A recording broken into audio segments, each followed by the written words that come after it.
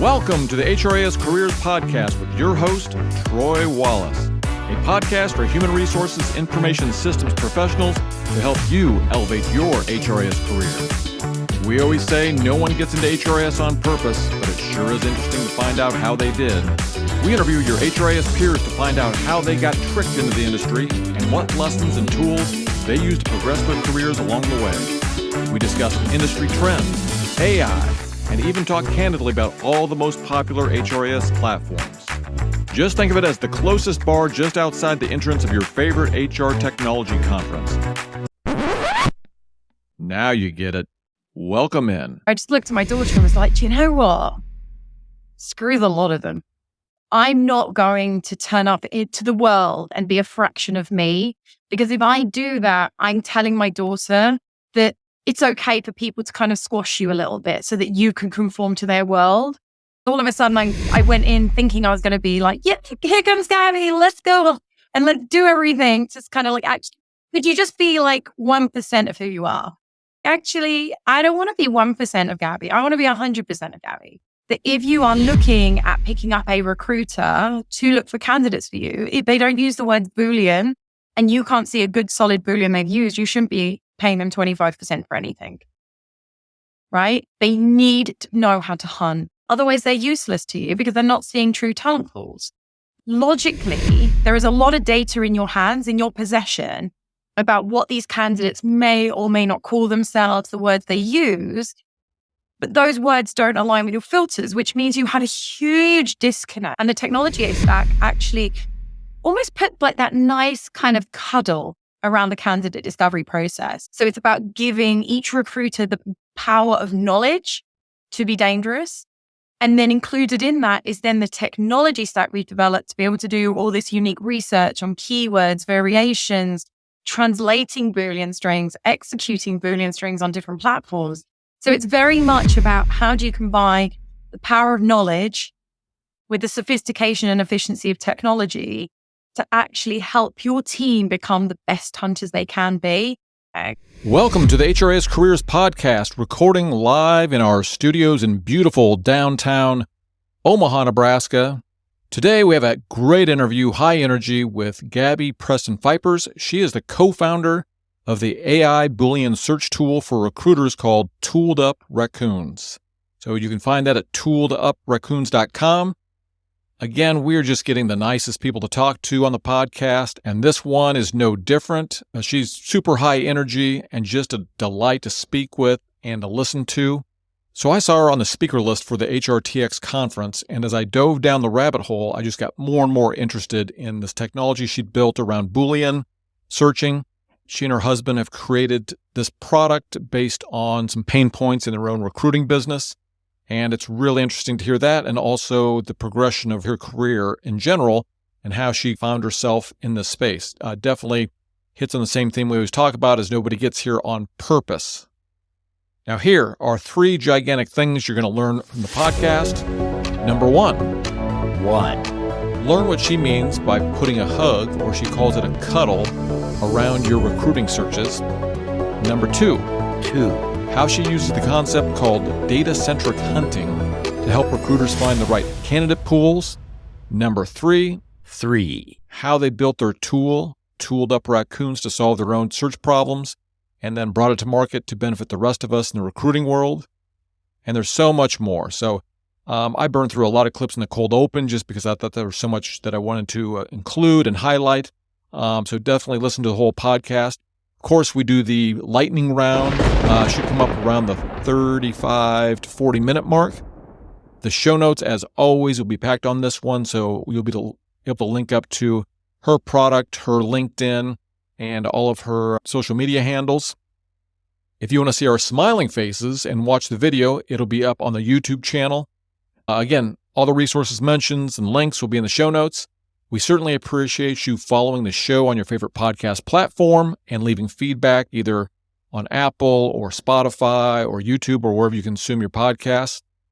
Now, if you are interested in sharing your story on the HRIS Careers podcast, please go to HRISCareers.com/podcast.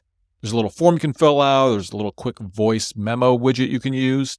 And of course, if you're an employer looking for HRIS talent, you can list for free right now any of your opportunities on the HRISCareers.com job board. And if you're looking for opportunities, certainly go over there and fill out your profile and sign up for the job alerts. You'll get the best opportunities delivered straight to your email inbox. Without further ado, please enjoy this high-energy, inspirational, and educational interview with Gabi Preston-Phypers. Gabi Preston-Phypers, welcome to the HRIS Careers Podcast. Hey, we really appreciate you taking the time. Where specifically are you in England? So I'm in the Cotswolds. So probably like for you guys, about half an hour from Bristol. So west side of England. Well, I looked it up and I was just like, that looks like the most beautiful place on earth. Is it one of those places where everywhere you look just looks like a postcard? Most of it, yeah. We have a couple of bits that got a bit built up, unfortunately, but majority of it is just Greenland, and there's cows and sheep, and my kids are like, Mom, look at that tractor, and it's like these wheels are like bigger than my car kind of thing. That's the vibe we rock in this household. And so are you in a more rural area or close to a big city? Rural. Much more rural. So I used to work in the city, and I used to be based in Essex. So it was a lot more built up. And where we've moved to in the Cotswolds, we did that, just over 2 years ago now. It's literally, I look out of my garden, out of my window, should I say, and it's just fields everywhere. Like, it's so calming. It's unreal. I live in Omaha, Nebraska, in the middle of the country, and in the metro area, there's 1 million people. But you drive a certain point, and then it's just cornfields, and then you drive another 10 miles, and then it's cornfields, and then you drive another 10 miles, and it is cornfields. Keep going. The rest of the state. Just keep going. Absolutely. Well, I love that. So I will have done your intro, so people have a little bit of background on you. What I want to do to get into kind of your journey is I listened to another podcast. I can't remember. I'll put it in the show notes if I can find it. But this was something that you said, and it's not a perfect quote of what you said, but you said, they like the idea of having someone like me, but I don't think they really wanted someone like me. And you were talking about being hired. Can you dig into, explain what that is and kind of how that plays into building your own business and getting out of the corporate world? Absolutely. So that quote, I can't even remember where that came from. And to be fair, I probably said it a couple of times, but I think a lot of companies have this lovely idea that they want someone who's high energy, pushes boundaries, is dynamic, is kind of progressive in their thinking and doesn't just settle for the status quo. And I think a lot of them like that kind of concept on paper. But when I left university, I studied business and economics at university, and then I went straight into banking. I actually went straight into JP Morgan. And I think in such a large corporate, as much as they want people to be different, to kind of shake things up and keep things fresh, there is a lot of culture around this is how we do things. And therefore, actually, as I came in being Gabi, as I am, I'm very much like, this is who I am. This is what I do. Like, let's go play, and started questioning things. People became a bit like, no. Could you just be quiet? Could you just not say anything? Could you just follow what everyone else is doing and do as you're told? And I'm like, well, that wasn't why you brought me in. You brought me in to change things, to shake things up, to make things more efficient. And what was really interesting during that kind of first phase of my career, that it very often wasn't said out loud, that they just didn't want that kind of energy and that shift in culture. They were like, almost like probably shouldn't have hired you of that personality type, or shouldn't have hired you because you were dyslexic to tick a box because we weren't ready for supporting that. So actually what ended up happening is I kind of felt my voice and my confidence crushed a little bit. Because all of a sudden I went in thinking I was going to be like, yeah, here comes Gabi, let's go and let's do everything. Just kind of like, could you just be like 1% of who you are? And it was quite interesting going through that journey and kind of coming to the end of it, being like, actually, I don't want to be 1% of Gabi. I want to be 100% of Gabi. I want to turn out like, I never mean offense to anyone. Like, I'm genuinely just incredibly inquisitive person. And I left banking and ended up just completely jumping out the career and just being like, actually, maybe I just don't fit in banking. Maybe it's just not my vibe. and went and did some software sales for a little while at a startup that was based in Canada.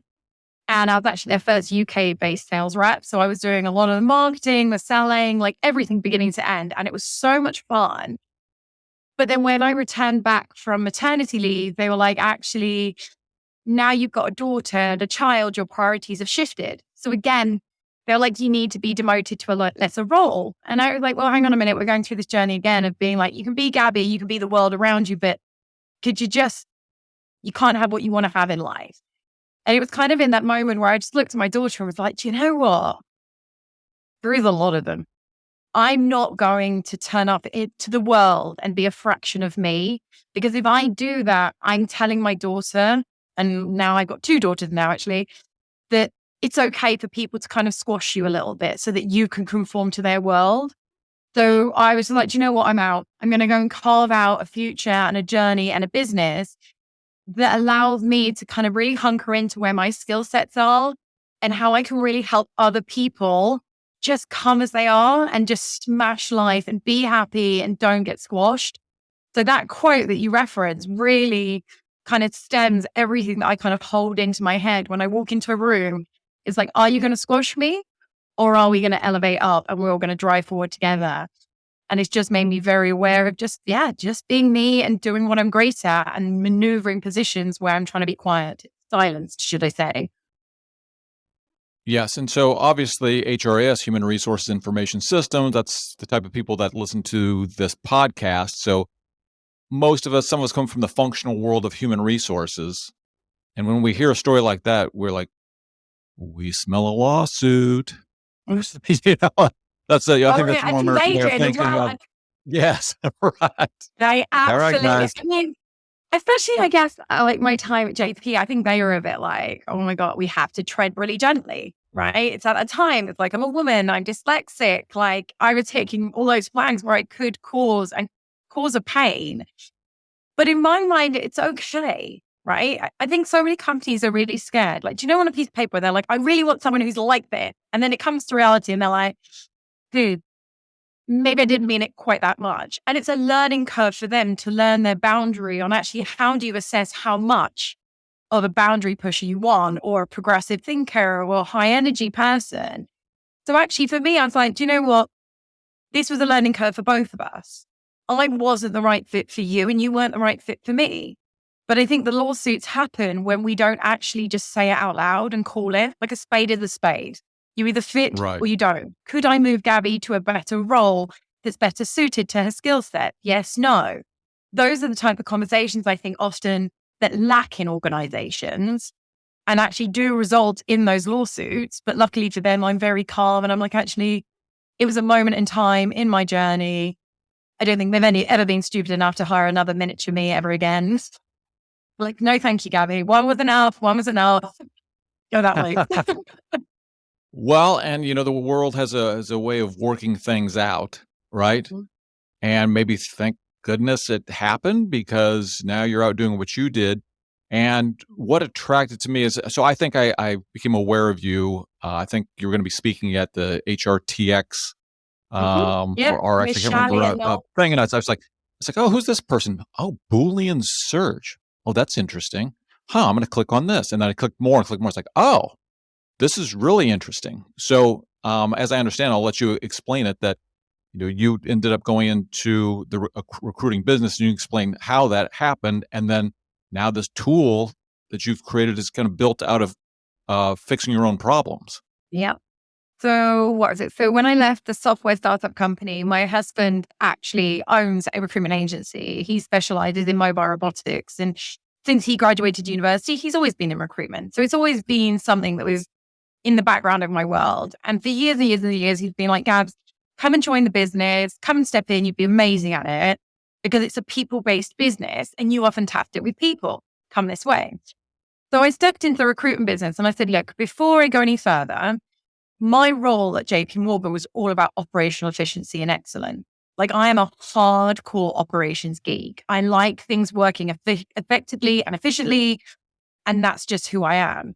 So I walked in the business and kind of tore it all apart and went, this doesn't make sense. Why are we doing things this way? And what transpired is there's just a lot of baggage where people go from different businesses, they get taught different things. And they're like, well, it kind of works. So we'll just do it again rather than stepping back and reviewing.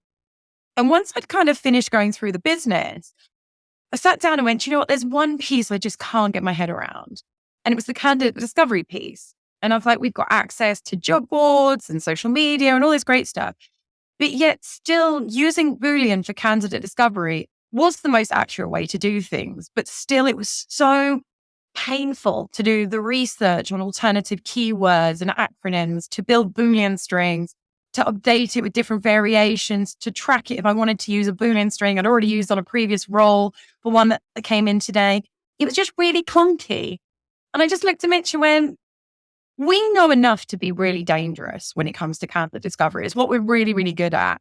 I said, but is there a way we could build technology to help our business become more efficient, to strengthen our ability to see what I define as true talent pools, and then really hunt into them to find the best people, not just the first people? So along came this journey of TooledUpRacoons, which we've now had for 4 years in September. I've kind of flown by, and we've actually come to a point where we've created this platform that we now actually sell to talent acquisition teams and agencies, depending on their needs. And the technology stack actually almost put like that nice kind of cuddle around the candidate discovery process. So within the tech, you've got 8 hours worth of sourcing training. So it's about giving each recruiter the power of knowledge to be dangerous. And then included in that is then the technology stack we've developed to be able to do all this unique research on keywords, variations, translating Boolean strings, executing Boolean strings on different platforms. So it's very much about how do you combine the power of knowledge with the sophistication and efficiency of technology to actually help your team become the best hunters they can be. And that's kind of the journey we went through and are still living very much as a real life right now, talking to businesses about those inefficiencies in candidate discovery and the impact it has on their business. So like you said, my journey hasn't been a straight path, but actually what happened to me in my past and the experiences I've had in a big corporate, the operations side, and then into recruitment has led me to develop that tech and now sell it to clients all around the world. So here's why, there's several reasons why it resonated with me when I started digging into what it was. And number one, I mean, this has probably happened 20, 25 times in my career. So, we have our direct clients, but sometimes we'll end up going through the large staffing companies through it. And then they have outsourced their sourcing to somebody else, so there's all these layers.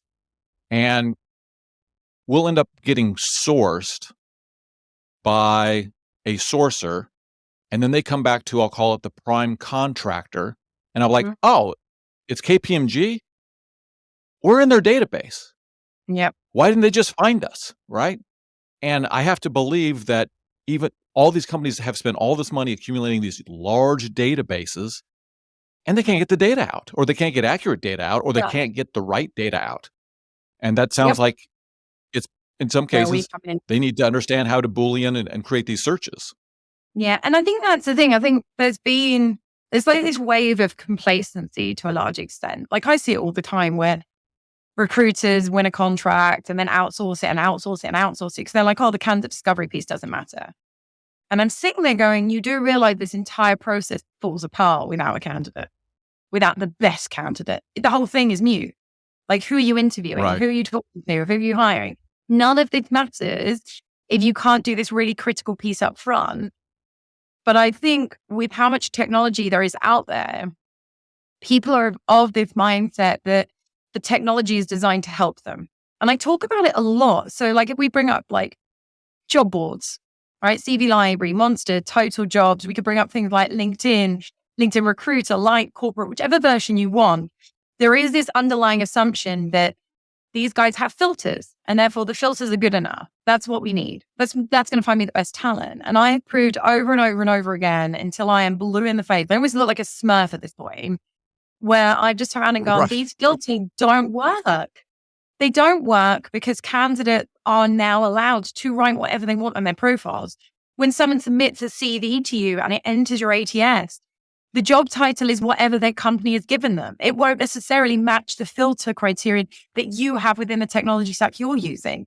So actually, logically, there is a lot of data in your hands, in your possession, about what these candidates may or may not call themselves, the words they use. But those words don't align with your filters, which means you had a huge disconnect in how you can actually search through your data. And the only way to navigate that is through what I define as smart Boolean, not dumb Boolean, because there is a difference, but leveraging the power of Boolean to capture those candidate uniquenesses. So how they write their job titles and their keywords and all this great stuff. And then using that through the platforms that you adopt to find the people you want to play with. And that's where that disconnect is coming. It's that complacency, assuming that tech is going to help you, but not really understanding why there is a disconnect between what's sitting in the database versus what you can filter. It's massive in some instances. Right. And check me if I'm wrong here, but I'm going to consider, so we do a lot of work in the Taleo and the Oracle world. Their applicant tracking systems now is becoming Oracle Recruiting Cloud. And I don't know, 7-8 years ago, probably longer, they started switching people from more of kind of a Boolean search, which I like. Now, I will say I have a head start, right? Because in HRIS, a lot of us write a lot of SQL statements, right? So it's all based on kind of a lot of Boolean logic. So we have a head start. So we like that better. But they wanted to move everybody to more of like a faceted search, which is essentially, right, would be the same as using filtering. Yep. And it's just not as accurate. But the problem is, the challenge we have is when you talk about the bubble of people who really understand Boolean or really have the patience, interest, or whatever it is to build Boolean, that population is quite small. There's a bigger population out there who just don't want to get involved in it. They're a bit like, yeah, it's fine. I'll choose a bit of a filter. It'll be absolutely fine. And it doesn't matter how many times you tell them how broken it is, they won't do anything to change the process because it requires effort. It feels scary. They're a bit like, oh, well, people told me Boolean's really hard. And historically, there has really been no trusted mechanism on how to build this Boolean. So what they've done is the majority of recruiters have gone, not for me, thanks for the invite, but I'm going to go and sit in a filter. But because of that behavior, tech companies lead into developing tech for the majority, not the minority. So those platforms will still accept Boolean.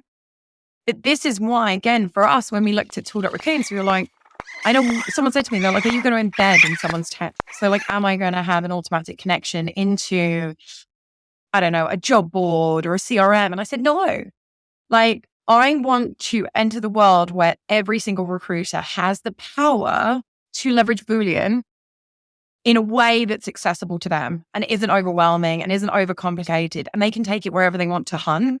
But historically, that kind of tech hasn't existed. So again, they just kind of hold off and just go, okay, I'm just going to be mediocre. But the problem is for me, I think a lot of kind of your in-house talent acquisition teams, when they access agencies and ask them the question, and I've said it before, I said it in the, TA Tech Unboxed podcast, that if you are looking at picking up a recruiter to look for candidates for you, if they don't use the word Boolean, and you can't see a good solid Boolean they've used, you shouldn't be paying them 25% for anything, right? They need to know how to hunt. They need to be leaning into that. Otherwise, they're useless to you because they're not seeing true talent pools. But there has to be a drive from the talent acquisition teams and also from the founders of these agencies where the expectation is we are finding the best talent. We are being inclusive in our search. And therefore, that will then lead to the actions and the outputs that should be happening right now. Right. And I'm going to give you a second reason why, when I started digging into what you're doing, why I'm like, oh, that's really good. And selfishly, I'm looking for things that could help my customers because they use Taleo. I want them to keep using it. I want them to use it well. And I know that they're not using Boolean search, and most of the recruiters don't have a good power of Boolean. So that's the second. Well, I'm going to get to the second thing. But what I want to do is we're going to have a ton of the show notes are going to be packed with things that are linking to your stuff. But one thing I wanted to point out specifically, just going to your blog, and we'll link this. And there's an article on how to construct a Boolean search that gets you the most relevant candidates for your job roles. If people just go read that, right? I mean, I'm not going to say it's to change their life, right? But, if it's something they're not doing or the power of just going and reading one of those articles, I think would be really helpful. It was helpful to me. So that's great. And then the second thing that I feel like, and correct me if I'm wrong, that you guys are trying to solve is, and I'll put it in my context, is I've been doing a lot with AI, right? Yeah. AI prompts. So I've got all these AI prompts and libraries, and I'm storing them in Google Sheets, and I've got them in a Google Doc, and then I got them in my Word document, and they're just all over the place. I know I've created all this great stuff to prompt for all kinds of different things. I can't find it, right? And I sure can't share it. And it sounds like that's the second thing that you're trying to solve for people. Well, we do that within the Boolean world. So specifically, for example, so one thing that happens a lot is recruiters love wasting time. Love it. So in your context of writing prompts for AI and what it needs to do to extract it, you'll tend to write one and then lose it and then be like, where did I hide it? What did I do with it? Where's it got? Yeah, just being able to find the stuff that you wrote, essentially. So when you're using artificial intelligence and you are writing loads and loads of prompts, you'll write one and you'll go, that's wicked. And then you'll store it somewhere in a document, on an email. You might WhatsApp it to yourself. And then later on, you'll be like, actually, I want to use this again. Like that prompt was so good. And then you just can't find it. It's just lost in the world. The interesting thing is for us, we've kind of taken that challenge for Boolean. So Boolean today, people will create Boolean strings. Like they'll just write them on the fly, do a search and be like, okay, cool. I filled the job. Let's move on. And that string tends to be embedded in a LinkedIn, in a job board. It's lost. It's just lost in this amount of data. What we've done within the tech is actually we use artificial intelligence to help you research and build a Boolean string. So actually you just put in a couple of keywords and it will literally go, what's the alternative job titles, industry, key skills, blah, blah, blah. Literally brings it all for you and then translates it into a Boolean string. But the nice thing in it's not just about creating that string, it's about centralizing that library, about having a library that has the best of the best searches and it's folded, it's organized. So if that job came back in today, tomorrow, next week, next month, next year, you'd go, okay, cool. I'm just going to go into the search in TooledUpRacoons. I'm going to pull up the string I used to help me fill that position previously. I'm going to duplicate it and I'm going to use it again as your starting point. Again, what's the point of starting from scratch? It's about embedding a process where your strings are centralized, they're stored, they're reusable, because if they're good enough to fill it, why are we starting again? And that's one of the elements within the den. Right. And it's one of those things that it seems simple, like it shouldn't be a problem, but it's a problem. Like I as much as I'm like, okay, I got to store this, I'm going to do it all in one place. Guess what? 7 days pass. And now, for whatever reason, I've gone and I've existed, like you said, I put one in email and one in this document, one in an Evernote, and just collecting it. And then, as I understand, then you could share those even with bigger teams. So, what we've done, again, this is where I said, when I say to people, TooledUpRacoons isn't just about building Boolean, it's about wrapping our arms around the whole lot. Once you've built your strings, you can enrich them on the go. We've got various highlight functions. You can translate your strings. But one of the key bits for me is about that power of sharing with your colleagues. So historically, when people have been like, oh, I'm going on holiday or I'm off sick, or can you just cover this job for me? Or even one of your colleagues has picked up a similar position, instead of just going, oh, here's a job description, fill your boots, you'd actually go into the platform and go, hang on, here's the string I used. Let me just share that with you. And you share it within the platform. So actually, they get a kickstart to their search. They move quicker. Everything executes quicker. And it's seamless. And I think a lot of companies as well, they're kind of like, yeah, my team's using Boolean. And I think there's this weird mentality where people don't understand that actually the Boolean strings you create are part of what makes you unique as a business. Because your Boolean string, if it's done properly, won't look the same as my Boolean string. It will look different. It will feel different. But the Boolean is the difference between you finding the candidate first and me finding the candidate first. So for a lot of clients who are like, oh yeah, my team use Boolean and their Boolean strings are all over the place. From a risk management perspective, that's really dangerous. Because if one of your teammates leaves and just walks out the front door with all those Boolean strings, you've still got that job to fill. You're starting that job from scratch because you haven't retained any of that intellectual property on your Boolean. So the library, the collaboration, and the holding of this data is so critical for that speed and accuracy of execution. more than I think people realize. Yes, and let me. The beauty of this podcast is just networking with fantastic people, and then every once in a while getting a little bit of free consulting. So let me ask you a Yeah, couple of I'm here for it. specific questions that I'm are here relevant for this to stuff. of my business. So, and maybe this is just a problem in the industry in general, but I'll give you, for example, I leave my resume out on the different job boards as kind of client bait, right? Yep. And I get calls periodically, and it's good. And I get information about what's going on in the industry when people are inquiring about hiring me.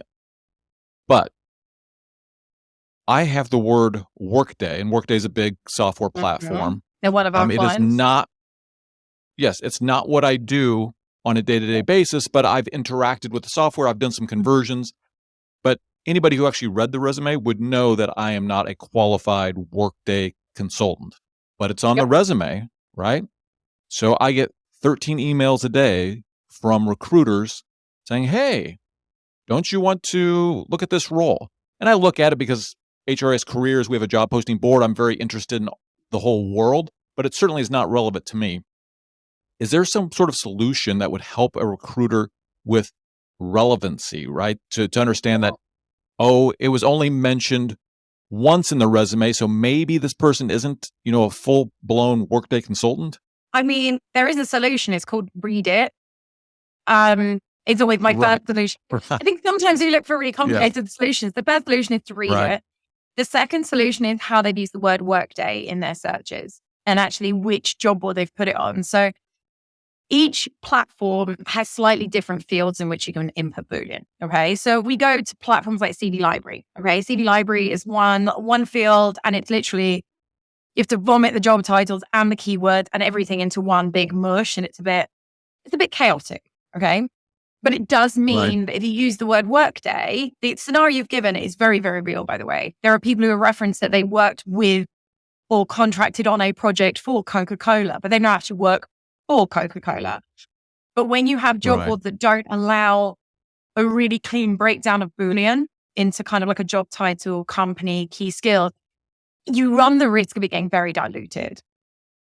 Where if you move to things that we look at the other extreme, when we start looking at things like LinkedIn Recruiter, they do have those very clear field breakdowns, and you're able to put Boolean in job title, companies, and keywords. So actually, they weren't looking for people who have worked in Workday. They could put that as a company field. If they're looking for people who have worked on Workday projects, there are probably particular words outside of Workday that are unique to that type of project, because there does tend to be like a skill or a technique that they use that is unique to that industry and sector. You can add that into your Boolean string. That's how they do it. Your Boolean string has to be smarter, and that's the only way to navigate those situations. So you could build something that would, just like AI does. AI tries to guess, right? Real AI is trying to guess what the next word should be. So they need to understand that people that are truly qualified for this job typically have A, B, C, and D. Workday, yes, and that's what they're not doing. That when I talk to people, and it's this new concept I talk about called data-centric hunting. Okay. And when I say that, people are like, oh my God, that sounds so difficult. What I'm actually saying to you is I want you to take a Boolean string, like in its rawest form. It can be completely naked. Start from nothing. And what I want you to do is go and look at the profiles of the people you've placed within that specialization. So if we're looking for someone who's worked on a Workday project, okay, in a specific area, whatever it is, go and look at those candidates and look at what the words, the terminology they used on their social profiles, look at what they wrote about in their CVs, and then use the data you're reading back into your Boolean string. Reverse engineer your search, reverse engineer your build. Oh, all right. And then execute a search, right? This is why, like our tech, we have a Chrome extension. We can highlight words and add them. So where most recruiters do this whole yes, no dance, I'm sitting there going, well, if you're saying no, why are you saying no? What data points are on that profile you're seeing that have turned you off? What ones have turned you on? If they've turned you on, you're like, actually, I want to see more people have used that acronym, that typo, that way of writing manager, all this kind of stuff. but make your Boolean smarter. So we highlight, right click and add it to your Boolean string, rerun your search. And what happens when you execute sourcing or even business development in this kind of mentality, you actually end up with what I call true talent pools or client pools, right? They're the people you really want to see that hit the criterion that actually use words that may not have been on the job description you were provided with. So it just gets smarter and smarter and smarter. And honestly, I use Boolean for business development. I use it for marketing campaigns. I use it for candidate discovery. But it is all data-led execution rather than just kind of I hope that's about right. And where you end up with mistakes like what you're experiencing, where people are messaging you with the stuff that's actually completely irrelevant to you.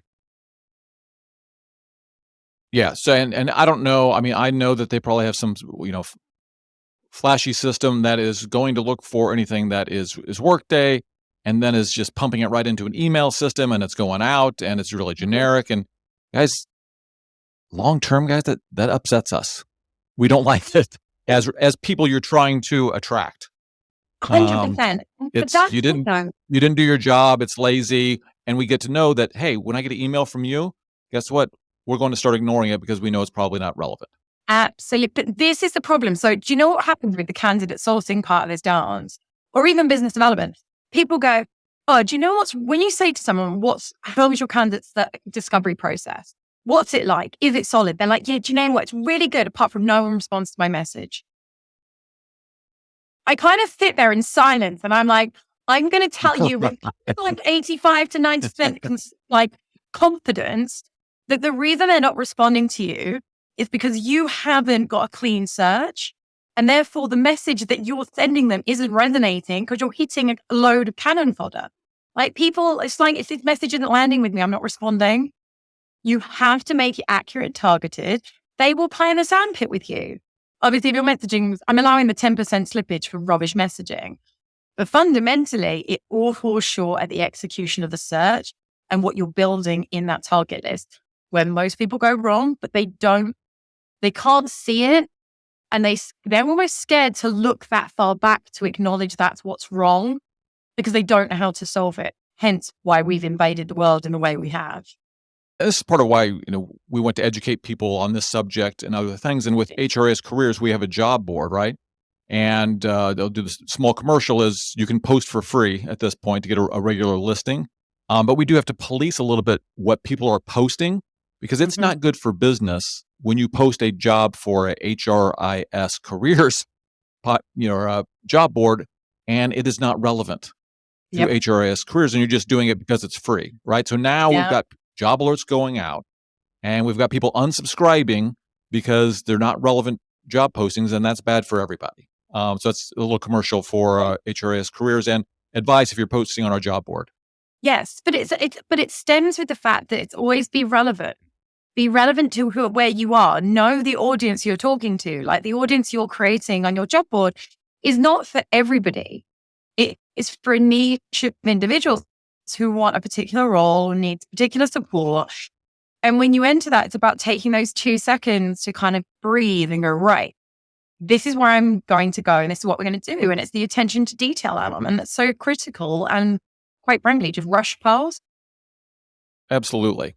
And so I've got a couple of other real life situations that I may want to run past you, but I want to get to the lightning round. So I want to make sure we get that in before we have to let you go. So hopefully our connection's going to stay. There we go. Oh, it's nothing to be nervous about. We can do this, right? Come on. Like this, I guess this could be a party or this could be go nowhere. We will see. All right, so we're going to put some imaginary time on the imaginary clock. Now I'm going to ask the questions rapidly. Your responses do not have to be rapid. All right? All right, so let's go to number 1. What is the best and worst thing about running a business with your spouse? Oh, okay, so the best thing, that's really easy, is he knows me so well. Okay, so let's put this into context. So I know Mitch since I was 17. We got married when we were 21 and we're now 36. He knows everything about me. He knows my strengths, my weaknesses, and we're that married couple that really nicely like we're as high energy as each other, but when it comes to skill sets in running the business, the tech sides, all this kind of stuff, we really nicely balance each other. And what's also really great about working with him is I've got really severe dyslexia. So there are some days where I just really, really struggle to get my words from my brain onto a piece of paper. And I can literally look at him and go like, Mitch, can you just give me 5? I need you to read this email because I'm not sure it actually makes any sense. I think it makes Gabi sense, but not any other sense. So he steps in and knows when I need help and what to do. The downside of running a business with your spouse is the fact that we do not talk about anything else, right? It literally, because we're so passionate about what we do, like the kids go to bed by them. I think like my second daughter's first word was raccoon, right? Because we talk about TooledUpRacoons, we talk about Boolean all the time. So I think it's like a default language. But you become, especially with 2 small children, our life is very much about them and the business and our clients. So when we're with the kids, it's about the kids. But as soon as the kids' heads hit the pillow, we're like, right, we've got to talk strategy, we've got to talk growth, we've got to talk business. And you're kind of sitting there going like, oh my gosh, we're just talking about the same thing over and over again. Where when we worked in different businesses, obviously we were kind of doing stuff, but it was different topics of conversation coming into place. So there you go. That's the negatives and the positives of working with the spouse. Excellent. All right. Question number 2. Let's see. I got my grab bag here. What's the one piece of technology or software besides your own that, and we're going to keep this in the business context, that you couldn't live without? My mobile? No, from a software perspective, honestly, the one piece of tech I couldn't live without is our CRM. So we use Zoho as our CRM. And as much as it's got so many apps on, I don't know if you guys have ever used it, but there's loads and loads of apps included in the product. But when you piece it all together, it's so powerful. So 100% couldn't live without my CRM. So what's interesting, I heard you mention Zoho on a different podcast, and I was an early adopter. It had to be 2007, 8. I got on their CRM, and then and I was like, oh my goodness, this is great. I wonder if this could be a whole consulting concept. I was like, no, it won't. And now it's just grown and grown and grown to like a legitimate full-on platform that, like you said, you can do tons of different things and have your own recruiting system. And I think it does need I think it could be a consulting business around it, because I'm very lucky, like piecing it together, because Mitch is so tacky. Like, honestly, he's our head of product. So I literally go, I want Zoho to do this. And he magically makes this stuff happen. I think if I was left under my own accord, I'd probably be like, it doesn't do stuff. But I actually think with a professional consultant in tow, Zoho could absolutely fly. And it's so flexible to do stuff with. So yeah, we've had it since 2013 and I'd never let it go. Yeah, I know. I always like, would major corporations adopt this? That was always my question, because the clients we tend to deal with are Fortune 2,000, 3,000 people that are on, Oracle products. But yeah, I always wondered if that would be a possibility. All right. Question number 3. What is the one thing that comes up on your Instagram feed that you're embarrassed about? Raccoons. Honestly, every time I go into my Instagram, there is a thing called Raccoon Island. And there is videos that come up of raccoons going around this island and people with pet raccoons and all this kind of stuff. But you know what really made me laugh is my sister came to visit me once and we were talking about the business. And obviously her phone was totally listening to us, because the next time she went onto Instagram, she had loads of stuff about doing her nails and her hair and her makeup. And then in came a raccoon video of a raccoon like running around being feral. And she was like, I hate you. You've ruined my Instagram feed. But that's the worst that happens. On Insta. It happens. I know my wife gets cat videos, dog videos. She swore off Facebook years ago, and now all of a sudden she's trapped back into the Instagram thing. Oh, God. For me, it's basketball drills and otters. Otters? Love otters. Sorry. Otters, yes. Random connection. All right. Yes, that is. Question number 4. Wildcard destination. If you can take your family on a holiday anywhere in the world tomorrow, where would you go? I would. That's a really good question. I would take them to the Dominican Republic. because that was Oh, that was right. the place Mitch and I went on our honeymoon. So it'd be lovely to take both the girls back there. That is a place that I have never been. I've heard very good things about it. It's stunning. Just don't go through spring break. So like the first week of our honeymoon was so chill. The second week of our honeymoon was like spring break chaos. And honestly, I mean, it was great entertainment because I love people watching, but these kids were hammered. Like one guy, I remember he was walking through the pool holding like a pint in each hand.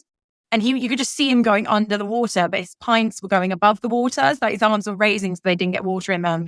Mitch and I were like, oh my gosh, this is like perfect for people watching. But yeah, that's where I take them. Yeah, I mean, if the youth in the United States could use that creativity for good rather than ingesting more alcohol, that'd be fantastic. Now, guilty as charged. I was there one day, at some point in my life. But no judgment, yes, judgment. right. It is a thing. All right, and we're going to do this for the question number 5. Last question of the lightning round. If you could choose only one Boolean function to use for the rest of your life, what would it be? Oh, no, you can't ask me that. Honestly, I think that's the hardest question. It's like giving up one of your children, right? Oh my God, that's the hardest question I think anyone has ever asked me. And that shouldn't be that hard. Like most people are like, why? I know. Are you an and person? Are you an or person? Are you a wild card person? Right? Well, do you know what, actually? What I'm thinking in my head is like the tech feature we have. There is one feature I could not live without in our tech, and that's combinations. So where actually you create a Boolean string, it breaks it down into its little sections, and then I can quickly take different elements of the Boolean string to talent map. I couldn't live without that. That would break me having to live without that. I'll have to check that out. I will be the first to admit, in my everyday work, I'm usually in doing testing of applicant tracking systems, and there's just some real basic things. I'm usually looking up candidate IDs, and so it's not real complex. But like I said, I'm going to go reread that article and try and use some of these things. I feel like I'm way underutilizing Boolean in my day-to-day life, for sure. I know we have to get you out of here. Speedy exits, like Gabi arrived, the raccoons arrived, we did some mic drops. No. I'm going to drag you out a little bit because I still have, we'll have tons of questions. Maybe we'll have to do round 2 at some point. I know you'd have to get out of here to do your presentation. So let's talk about one other real life situation. So I'm on LinkedIn, right? And I want to get job alerts I just want it to give me if the word Taleo actually shows up in the job description or the title. If it doesn't, LinkedIn, I don't want it. That doesn't happen. So I've used just the word Taleo. I've used the word Taleo with quotes around it, but it still seems like it's almost, I'm not going to say smart enough, dumb enough to start bringing me things that are like Taleo. Like it's smart enough to bring things that are like Taleo or like ATS. Like it's almost trying to expand the search. So first rule of thumb, so I'm a bit weird when it comes to quotation marks around words. So my first rule of thumb is most Boolean teachers or trainers talk about putting quotation marks around where there's more than one word. So if you had a software engineer, for example, you put the quotation marks around it. I'm sitting here as if you guys can see me on this podcast. I'm doing air quotes. Kind of forget where I am. Right. Just like, yeah, quotes. But what I actually do is there is a lot of platforms out there, job boards, social media platforms, etc., that are trying to be smart, but are therefore inadvertently being really dumb. So what I do to navigate that and stop them trying to suggest stuff that's irrelevant is I always put quotation marks around single words. The next challenge you have with platforms like LinkedIn, I assume, Troy, you're talking about LinkedIn Premium or Basic. Or are you talking about paid? I think, well, this is just me as a candidate. Okay. Trying to get job alerts. Yeah. So the challenge is when you're using kind of your basic or premium plans is there is a lot of data obviously held within LinkedIn, a lot of data. So actually what can sometimes happen when you're inputting a search, you will see information come back, but you'll be like, well, hang on a minute, I don't understand what's here. Sometimes it's because the data is within the database behind it, but because of the plan you're on with LinkedIn, you can't see it. If it is actually looking specifically at a job search, I've had it more times than I care to mention where they're just like, well, I can't find what you want. It doesn't matter what format you put it in. I'm not bringing you back anything. So you end up with like really random suggestions that are completely irrelevant. I actually just think that's a fundamental flaw within LinkedIn. Because honestly, if I look at the jobs I am suggested, I think one of the jobs I got suggested by LinkedIn was to become a psychologist. And it was a senior head of psychology at a department. And I was like, as much as I feel like a therapist to recruiters, it's completely irrelevant. So I don't think there's a lot of accuracy in some of these searches on LinkedIn, unfortunately, when it comes to job searches. But sometimes a really good way of trying to hone it in is actually look at other words people could have used. So similar to our example earlier where we had about Workday. So what other words could they have written on a job description to describe that role without using that word? So it's looking at the alternative. So maybe go and find a couple of roles that you may have applied to in the past for that particular function and have a look at the words used by the recruiter in that job description, and then use those to then build out a Boolean string of alternative ors that may actually refine it a bit more, or even throw in an and. So it's a real demand of I want this and something else combined. That's probably the cleanest way you can get around it. But we should actually do a live webinar from it. We can actually work through some examples like this with that job hunting process. I've got so many ideas, and I have so many ideas for my clients. They would love to see what you do, especially in the context of Taleo and what they do and what they're dealing with. Oh, there's so much good stuff. All right, so I know we got to send you out here to get you to your presentation. Hey, we really appreciate you doing this. As a matter of fact, the next piece of consulting I was going to get from you was, our job board. Yeah. Part of it is people that post on our job board, but then there's a supplemental area where we have partners. Yep. And I had to write the Boolean to go and get the most relevant jobs to come into that section. So I was going to have you just completely rip me apart. Do you know what? But you know what? I'm totally game for that. I did joke with Mitch that we should do some consulting work with tech platforms like your job boards and things to be like, look, give me access, let me go play. And I will literally be like, here's the downfall. This is how you fix it.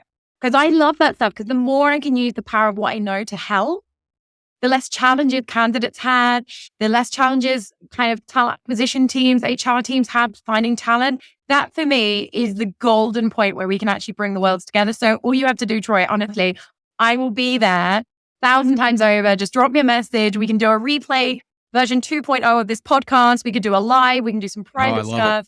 I am there for it. If I can help you guys be better, I am there for it. Oh, I really appreciate that.